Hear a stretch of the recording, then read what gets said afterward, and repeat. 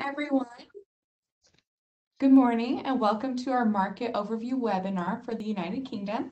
We're thrilled to have so many people attend and look forward to this wonderful presentation. I'm Lisa Hokanson. I'm the Outreach and Communications Coordinator at USADA, and I'm happy to have this opportunity to start our program. Just so you know, the purpose of this program is to inform U.S. suppliers and partners on the current state of the market in the United Kingdom, with particular focus on demographics, Brexit, COVID-19, challenges in the market, social media, and so much more. I'd also like to give a special welcome to those joining us from the Taste of California Showcase. A few housekeeping items. This presentation is being recorded and will be sent to all participants once it's ready for distribution.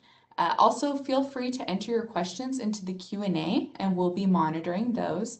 I'll be monitoring them, and then if we have time at the end, we will answer your questions live. So to get us started, I'm going to pass the mic over to Kathy Yao, the Agricultural Attaché for the U.S. Department of Agriculture. Okay. Well, hi, Lisa. Thanks for having us, and greetings from London. Thank you all for joining us today. So what I'm about to do is just to give you a quick overview of our office structure and what we do, and also introduce my team. And then I will give a brief overview of Brexit, where it's at, how we got here in the first place, and I will pass the mic to my teammate, Julie Nicholson, who's our marketing specialist, who will do the market briefing part. So our FAS London office consists of 2 American officers, so that includes myself. I'm the Ag Attaché, and our head of the office is Cynthia Guven, who manage our section. And we have 5 local staff. Of the 5 local staff, we have a marketing specialist who will be speaking to you today. And also we have 3 policy, what we call ag specialists. So they each cover a different set of product sectors, and they try to work out the technical issues on the policy side. And the 5th local staff we have is an admin person who helps make sure that glues our office together and make sure things run on time. Okay, so without further ado, I'm just going to go into the Brexit part. The most important thing to remember, to know, is that even though it's been 5 years since the UK voted to leave the EU, the UK and the EU are still trying to work out some of the kinks. As you recall, back in June 2016, there was a referendum, and the results were very narrow victory. So it was 52% versus 48% for the Brexiteers, and kind of surprised everybody. But since 2017, the UK and the EU have entered into negotiations to work out what the future trading relationship will look like. And even though the negotiations began in 2017, they took successive governments to really accomplish what they set out to do. The UK only officially left the EU in January 2020, so last year. There were several delays and extensions. I'm sure some of you had recalled there was several cliff edge moments about no deal Brexit, is it going to be no deal? And then they go back to negotiating table. And even though the UK left the EU officially on January 31st, 2020 last year, there was a grace period until December 31st last year. So the EU can finish their, EU and UK can finish their negotiations on a future a free trade agreement. And on December 24th, 2020, the day before Christmas, they finally came to agreement. The agreement is called the Trade and Cooperation Agreement, or the TCA. It's a 1,400-page document. It's finally agreed upon by 2 sides. It only covers goods, not services. And as you all know, UK is dominated by services. However, this sets the right pace for the future relationship. So after 4 years of very difficult negotiations between the EU and the UK, of course, there are some bruises from this relationship. And I think Northern Ireland remains a thorny issue at the moment still, and they're still trying to negotiate, because there's part of this UK withdrawal agreement, it was agreed by the two sides that there is a Northern Ireland protocol. What it essentially does is to prevent checks on goods that travel between Northern Ireland, which is part of the UK, and Ireland, the Republic of Ireland, doing this to respect the Good Friday Agreement.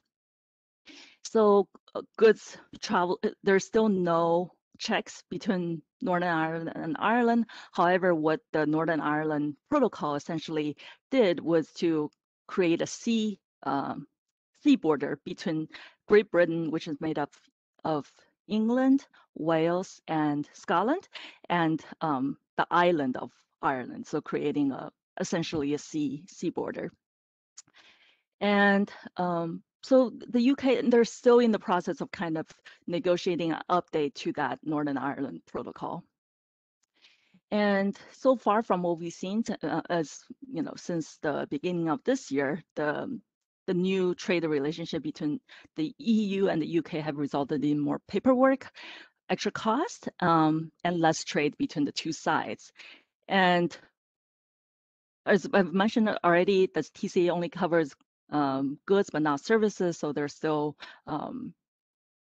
negotiations on that. In terms of trade, I mentioned that the trade has decreases. UK trade with the EU since up all the way until May have decreased 13% compared to the 2018 level, because 2020 was kind of a weird year, and then 2019 was also. So we comparing what it is now, the trade with the EU between the UK and the EU have decreased. It's still down. It's recovering slowly, but it's still down compared to 2018 levels. And for what this means for us, really, there's more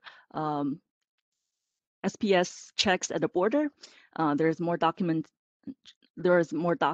requirements, and it's impacting our trade as well. What this really manifested in is the rules of origin requirement, which is part of the TCA, which means that if products coming from the US going to the first landing in the UK and then moving on to the EU, if it doesn't get substantially processed or altered, then it faces double duty. So you have to pay tariffs once it lands in Britain, Great Britain, and then when the product is, if it's transshipped to say Ireland or the rest of the EU, then you have to pay duty again. So we have seen some problems, especially with California wine and also almonds.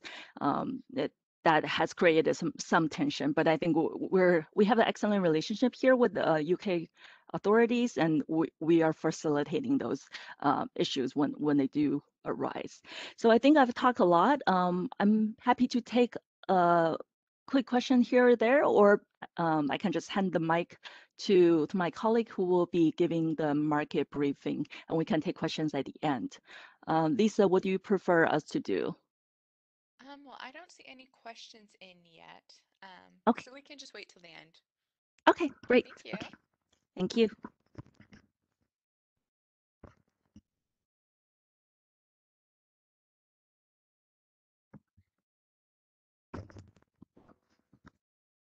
Okay, good afternoon, everybody. Just going to share my presentation.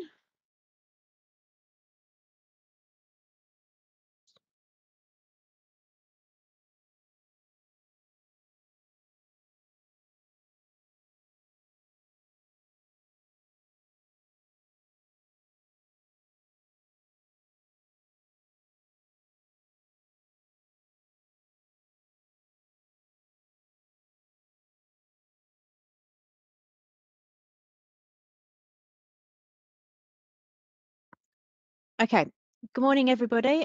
Following on from Kathy today, I'd like to give you a market overview of the UK.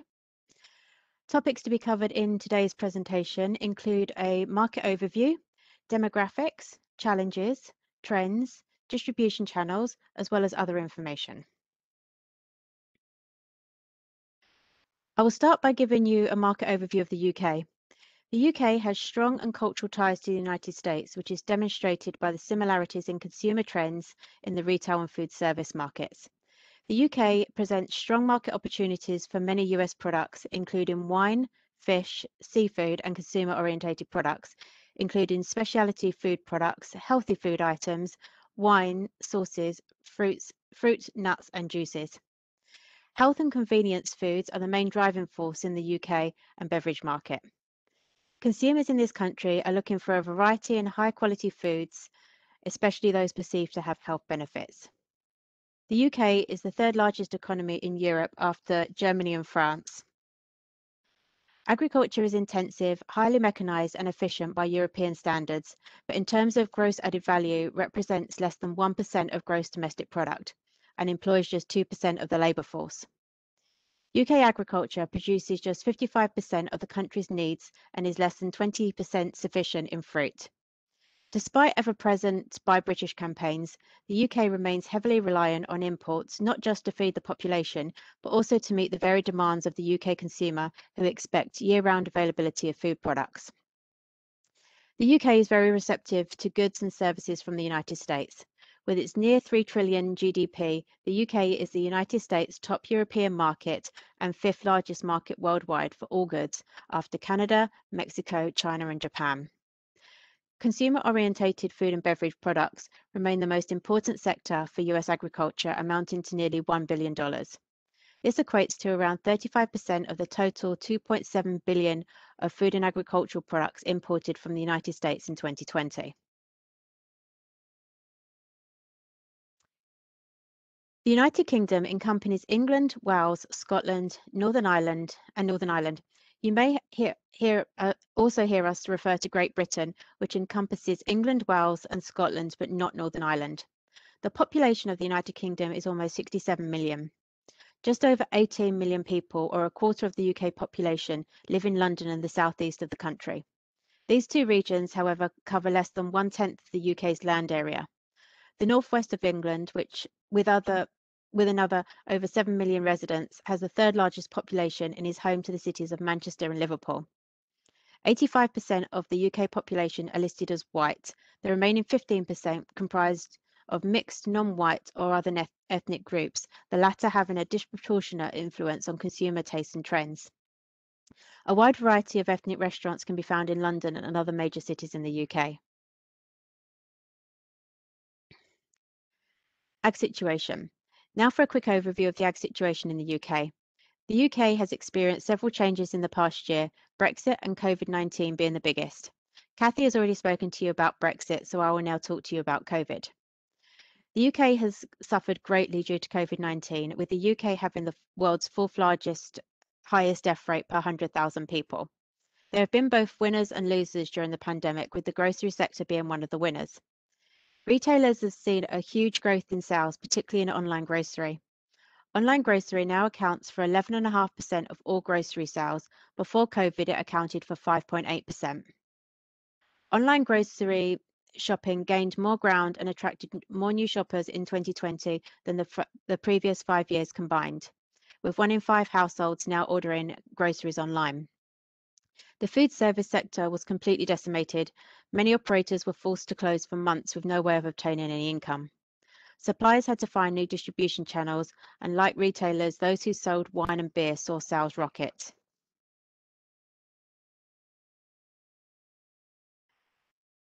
There are many challenges that the UK faces. In recent years, the UK has seen a barrage of negative press relating to US agriculture. This intensified at the start of the US-UK trade talks. In response to the increased negative press, positive stories on social media will educate the British consumer on a variety of subjects that will highlight information on animal welfare, price, quality, origin, availability, safety, innovation, and sustainability of US food and agriculture. Although articles tend to be focused on other commodities, it is something to be aware of, and you can see a couple of examples here. Key influences on consumer demands. Price-conscious shopping. When money is tight, consumers change the way they spend their money. People prepare meals from scratch more often and eat out less. Consumers trade down, buying fewer brands and buying more from discounter supermarkets. Shopping online and local. There is an increased interest in provenance and buying local and supporting local businesses. And new cooking habits. People are cooking more from scratch, using leftovers more often. and health. COVID-19 has seen more people wanting to look after their health. Origins of food consumed in the UK in 2019. The UK supplies about 55% of food consumed in this country, with the rest having to be imported. The leading foreign supplier of food consumed in the UK were countries from the EU, which amounted to 26%. Africa, Asia, North and South America each provided 4% share of the food consumed in the UK. The three largest values imported commodity groups were fruit and vegetables, meat and beverages. Trends. Health and well-being, sustainability, ethics and transparency of ingredient sourcing are the latest megatrends. These trends are directing an increasing number of companies to aspire to clean labels, no artificial ingredients or synthetic chemicals. Consumers want something tasty, convenient and healthy, but also want to feel good about what they eat. Innovative vegetables. Vegetables replacing carbohydrates has become a huge trend, with supermarkets now selling courgette as spaghetti replacement and cauliflower rice instead of rice. We've also seen a sweet potato tagliatelle, and there are plans for squaffles, which is a butternut squash waffle. Exotic fruit. Platforms such as Instagram have altered the artistic perception of food. This has spurred the interest in products such as dragon fruit, papaya, and passion fruit. Experimental. UK consumers are always looking for the next best thing. Cookery programs are very popular with consumers willing to experiment both culturally and in terms of taste. Quality and value. The UK retail market is extremely competitive with high quality but good value products. And convenience. Consumers are busy and therefore are prepared to pay a premium for ready meals, pre-chopped vegetables or prepared potatoes. Influencers. Celebrities and influencers are extremely influential to what they promote, whether it's avocados on toast, sweet potato toast, or an upcoming trend for radishes on everything. Celebrity chefs have an enormous impact on the way consumers think, whether this is challenging school dinners, fair fishing, food waste, sugar, or other similar campaigns. Healthy snacking. The past 12 months has seen a rise in people wanting to eat healthier. Healthy snacks replacing crisps and chocolate are in demand. Both vegetarianism and veganism have become extremely popular, with consumers opting for a healthier way of living. Supermarkets have embraced this change and are offering expanded ranges. Other trends include reducing meat consumption and increasing fish consumption, awareness of good carbs versus bad carbs and a focus on protein, free from products, digestive well-being foods, including both prebiotics and probiotics, fermented food, and alcohol-free beverages. Themes that unite all routes to market are provenance, transparency of supply chain, clean labels, authenticity, ethics, and sustainability. The United Kingdom is a top market for US agriculture, with US exports of agriculture and related products to the UK amounting to 2.7 billion in 2020. In 2020, forest products are the biggest export from the US to the UK. This is predominantly wood pellets used for renewable energy. Distribution channels. The market is split into retail, hotel, restaurant and institutional, and food processing. Each sector has its own set of specialist importers, and let me give you some details on each sector, starting with retail. The UK retail grocery market is valued at nearly $240 billion. The UK's Institute of Grocery Distribution estimates the market will be worth $283 billion by 2024, a 12.5% increase.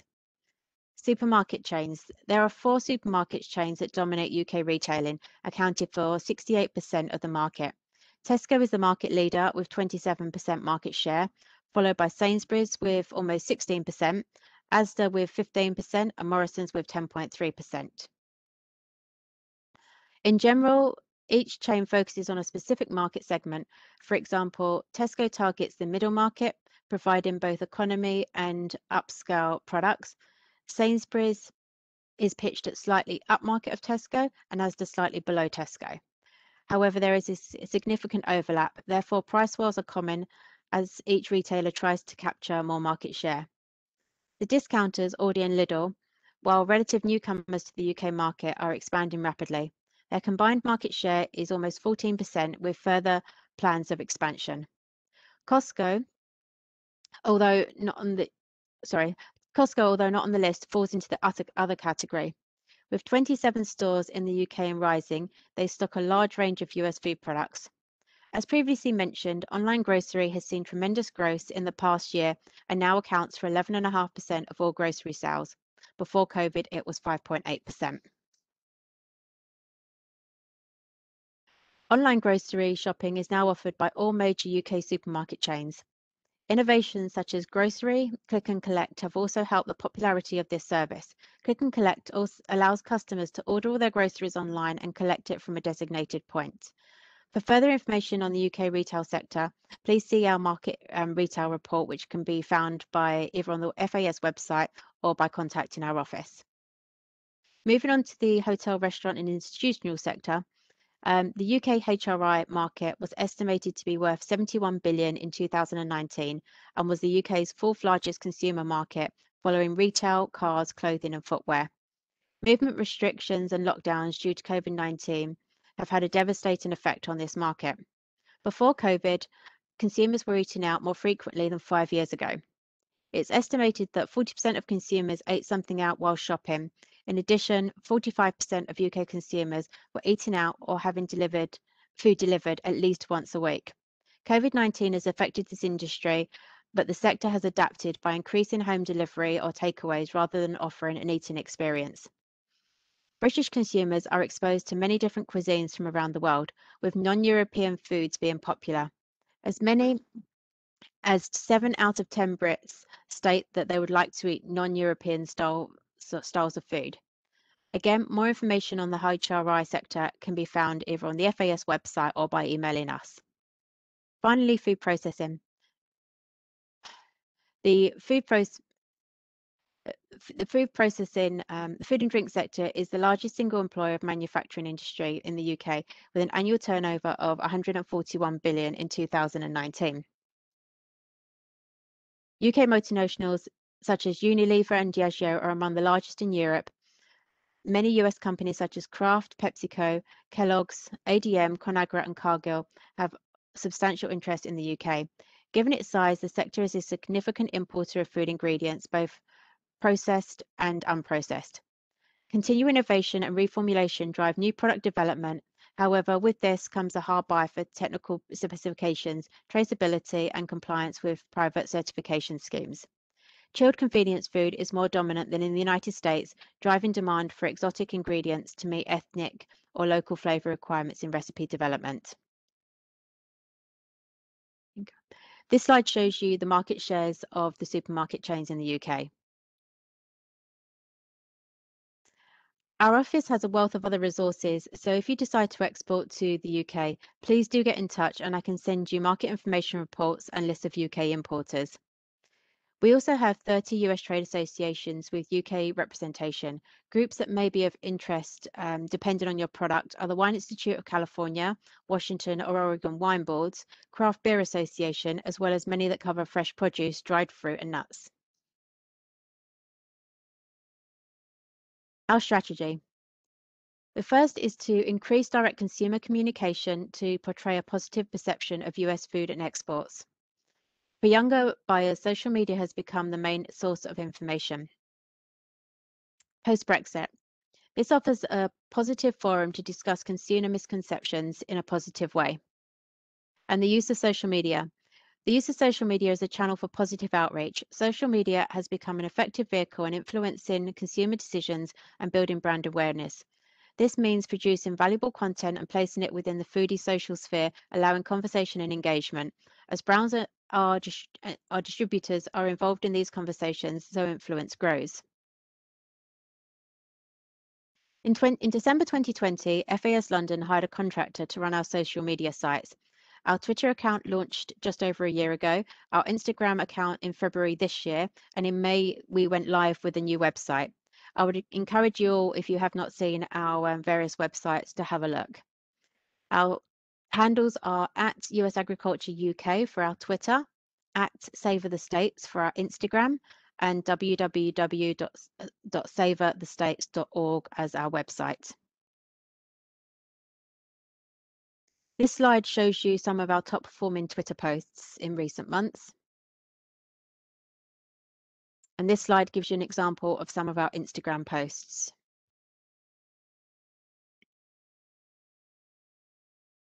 The UK offers a variety of export possibilities.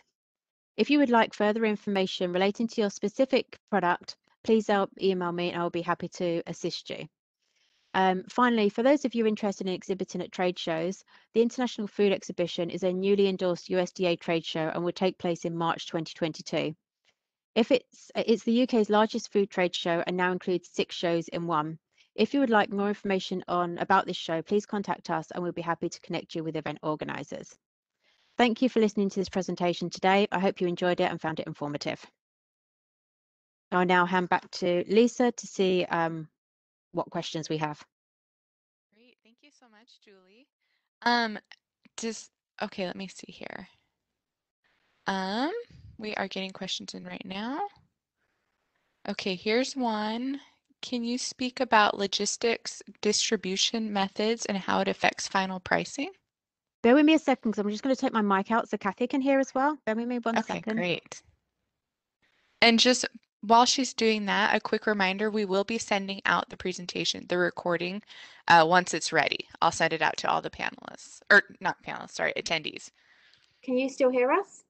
Yes. Okay, perfect. Okay, fire away with the questions. Okay, so the first question, can you speak about the logistics / distribution methods and how it affects final pricing? In regards to, in what regard? I am not sure. It just says, can you speak about logistics / distribution methods and how it affects final pricing?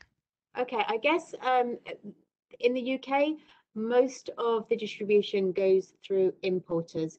So although retailers do sometimes import directly, it's very rarely that they do that. So as far as the distribution, is very important to find the right the right importer to work with. And it's the importers that have the relationships with the retailers. So that would answer that part. As far as the transportation.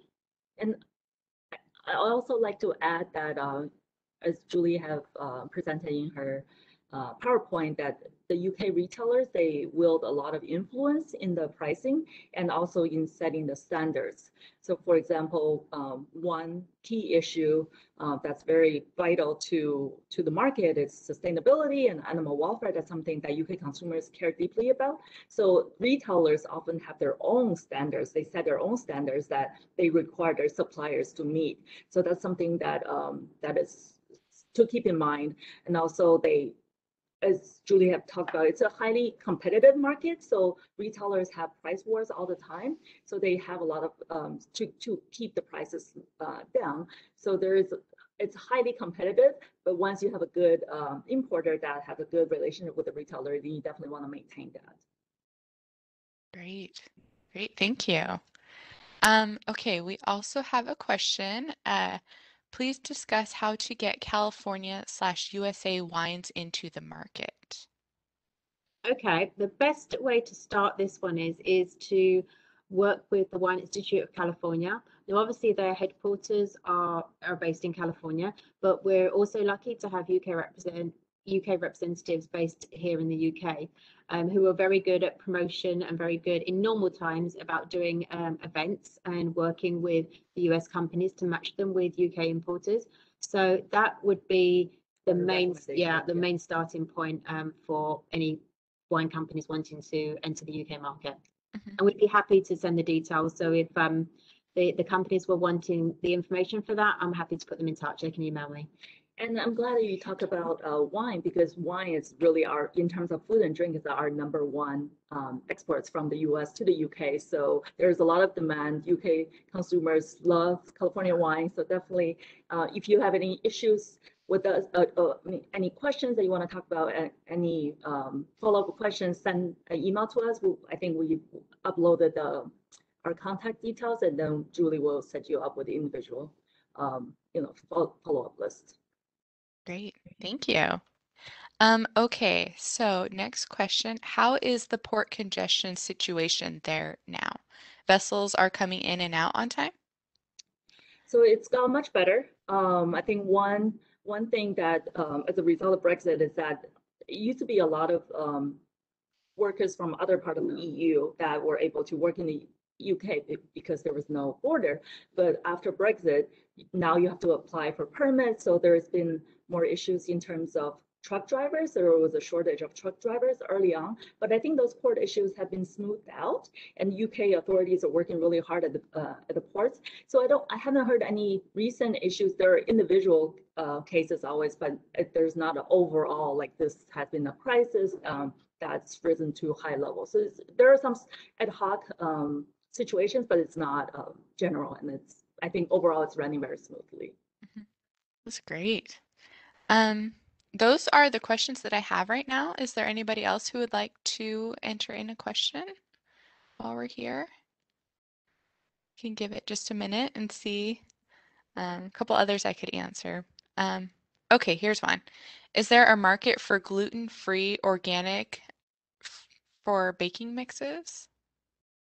Very much so. I mean, anything that is free from is very popular. Anything that has any sort of health connotation to it whatsoever is the kind of the in thing at the moment. So organic is also popular, but you do have to obviously follow the rules of the organic rules and regulations.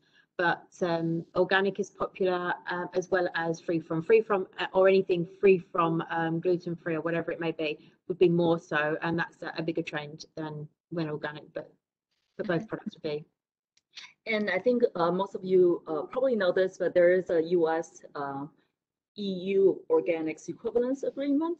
So that means anything that's recognized in the US as organic is also recognized in the EU, and that agreement has been rolled over to the UK. So that is good for our exporters. Great. Okay. Do you have any data on hot sauce consumption? We can run individual data. I don't have it on top of my head, but we can just send us a question that if you have a specific code, then we can certainly send you data on that. But as far as hot sauce in general, again, it's something that people like here. They like to try different foods. So, you know, some people like to see the hotter the better. Obviously mainstream needs to be reasonable, but yeah, any sort of hot sauces are again very popular here. Yeah. And I think since COVID, you know, more people working from home, eating from home, so baking mixes have been I think they were emptied off the shelf during like a few months, but now they've been fully restocked and things have come down much more. But the demand is there. That's great. Okay. Let's see here. This past winter/spring, we shipped from California to England without a phytosanitary certificate required. Will they be required again at some point in the future? So this past spring, so the 2021, I assume that is the question, or? I assume so. This past winter/spring. Yeah. So I would like to know the product, like what sort of products, but there has been several extensions. So originally they were going to be phased out by April 1st, but there has been several extensions depending on what products it is. So some have already been extended until October. But if you have a specific product you have in mind, send us your question. I will tell you exactly when. He said fresh fruit and citrus. Yeah, so for the SPS, yes, I think it's at least extended until October 1st, but I can double check on that. Great. Okay. We have a lot of questions now. Yeah. If just so everyone knows, if we don't get to them, we can get to them. We'll respond after the presentation. Okay. Any insights on organic pulses and beans? I have heard that EU organic requirements are difficult for US producers to meet. I'm not sure what the insight were. No, because there's the equivalency agreement, so it shouldn't be. It's no different than it's rolled over from the EU. Okay. But again, there are many US dried beans and pulses coming into the UK there's a huge amount that goes into Kraft Heinz because the UK is the biggest baked bean eater in the world. So we have you know, a lot of navy beans going into, you know, Heinz, as well as other companies such as Prince's. But as far as other dried beans, yes, we have a lot of ethnic, we have big ethnic culture. So again, they're used to, you know, South Americans eating lots of pulses and things like that. So again, it's a good sector to be. Yeah, I recently had a meeting with the industry. It seems like they're having a hard time procuring black-eyed peas, but I don't know if that is the product that you know, California or our exporters online are have in mind. But I think there's a shortage of that, so it's in high demand. Okay. Okay, sorry, everyone has these are really great questions too. Okay, how would we connect with buyers who are interested in these types of baking mixes? Or just, that's a good question. How do you connect with buyers? It's, as I said, it's the best way is to work through an importer. So it would be best if the company emails us directly, and then I can send them a list of people that it's been basically the mainstream grocery importers that would look after, you know, baking mixes and the likes of those sort of products. But then it is crucial that you find the right importer that works with the retailers or whatever sector you're going into, whether it's retail, food service, food processing, because they're the ones that have the relationships with the retailers. And I think something to keep in mind is that these large retailers like Tesco's and Sainsbury's, they'll have thousands of stores in the UK alone. And I think a lot of times it's not about supplying them once. They really expect to have a consistent supply, and you can meet their volume and demand. So it's very you need a, you know, entrance plan, and I think the importer will be able best to advise on individual requirements. It's extremely difficult, close to impossible, to actually get meetings directly with the retailers. They're very much in demand. They kind of rule the roost, so to speak. So they rely on the importers that they work with to recommend new products. But they have to have literally everything, that they're brutal. So they have to have everything lined up and ready to go, kind of all the questions ready for that meeting when they do have the meeting with the importer, in order to put the product forward. So it's not a quick turnaround. So some US companies feel that you know, how quickly will we get the product in the supermarket shelves within 3 months? It's going to take far longer than that. But if you've got the right product and you've done your homework and you've kind of looked at the market and seen the pricing and the sort of labels, and you've got a nice label on your product, then there's no reason why it shouldn't succeed. Great. That was some good information there. Okay, a quick comment, just because I think this is a good one. Arnell's Originals gluten-free baking mixes has attained an EU certification, organic certification, and although it costs a lot, it wasn't hard. So I think that's just good for everyone to know. That was a good one. Okay. What about food safety? Are there any regulation, or is there any regulation similar to FSMA? Also labeling requirements. Yeah, so there's been a lot of media reports, especially in the last year, about food safety, not just in the UK, but because the UK is negotiating all these free trade agreements with third countries, US being the kind of like the goal, right, the ultimate goal. There were a lot of negative press, kind of like lobbied by the domestic interests against foreign imports, right? So you probably heard about the chlorinated chicken, the hormone beef. So these are some products that we still don't have, you know, access for.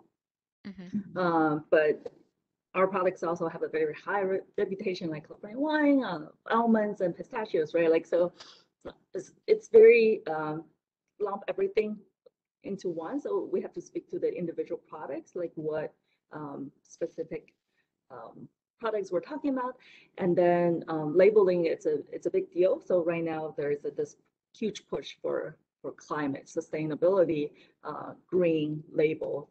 So anytime you can demonstrate that your product meet these higher, not just like the safety requirement, but there's these kind of consumer driven demand, labeling, then it's something very important to think about. And I think lastly, I just want to say with there's a huge drive by the UK retailers to reduce plastic use. So depending on the product, again, if you can, we are already seeing some companies that are reducing or redesigning their bottles or packaging to make sure that it minimizes and reduces the use of plastics. Julie, something? Yeah, actually, one thing on the labeling, the UK is a very sophisticated market, and they don't like products with lots of fuss all over them. They like them to be quite clean.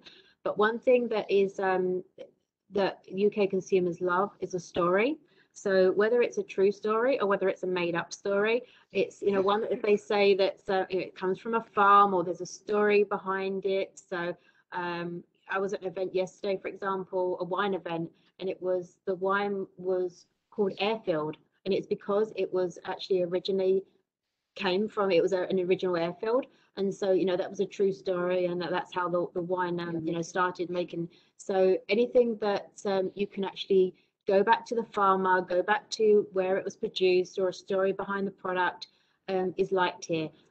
One thing to consider, unlike other areas of the world where people love to see red, white, and blue and the US flag splashed across everything, it doesn't go down well here. So what does go down well is anything that is state related. So if it was California walnuts, for example, or California raisins, or California wine, or whatever it may be, a Washington wine, that is perceived way far higher than having United States or USA put on the product.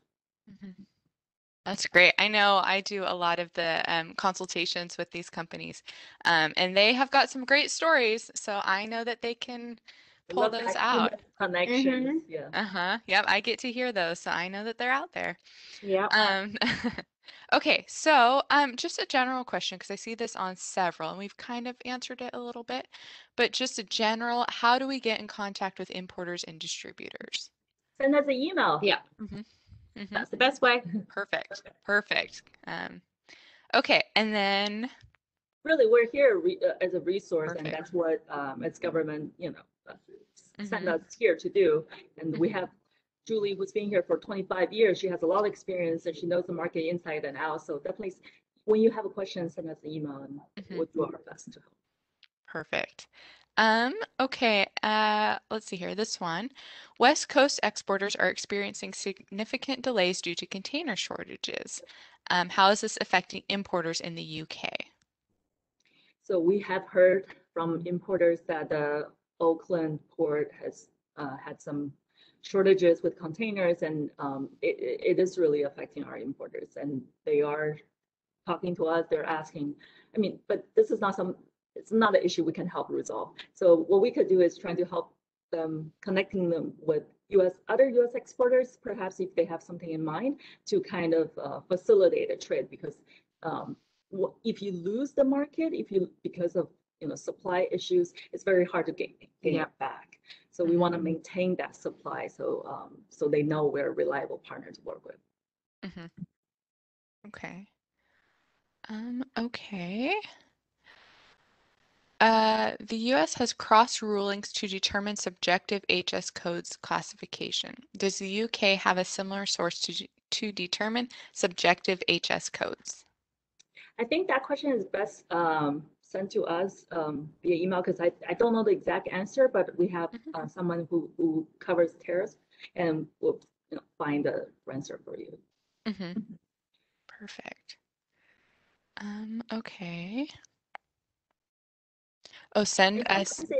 It might require us talking to our counterparts, because if it's not clear on their website, then we can at least find the right contact for you and help answer that question. Might take some time, but we'll get back. Perfect. And just a note for everyone, I will also send, when I send the recording, I'll also send your guys' email addresses so they can contact you as well.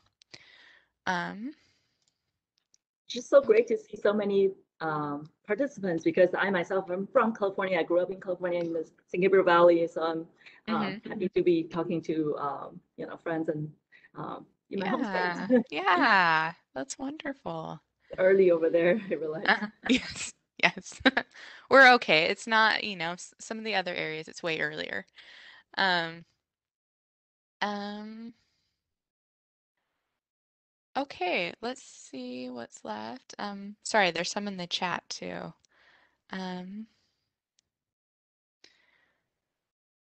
I think some of these I may just send to you guys to answer. That may be a better way to finish out these questions. So yeah, I think that we are going to, and if anyone has more questions, feel free to contact either of us, Wusada, or I'll send your guys' email to everyone as well. And I think that's going to be good for now. So thank you so much for this presentation. It has been great. Thank you to both of you. Thank you, Neil, for taking care of the technical side. That's great. And then again, we will send everyone the recording and our email addresses once it's ready, once that's ready. Thanks for the opportunity again. And we look forward to hearing from you all. Yep. Thank you very much, everybody. Wonderful. Okay. Have a good evening, you guys. Thank And everyone you. else have a great day. Okay. Bye-bye. Okay, bye.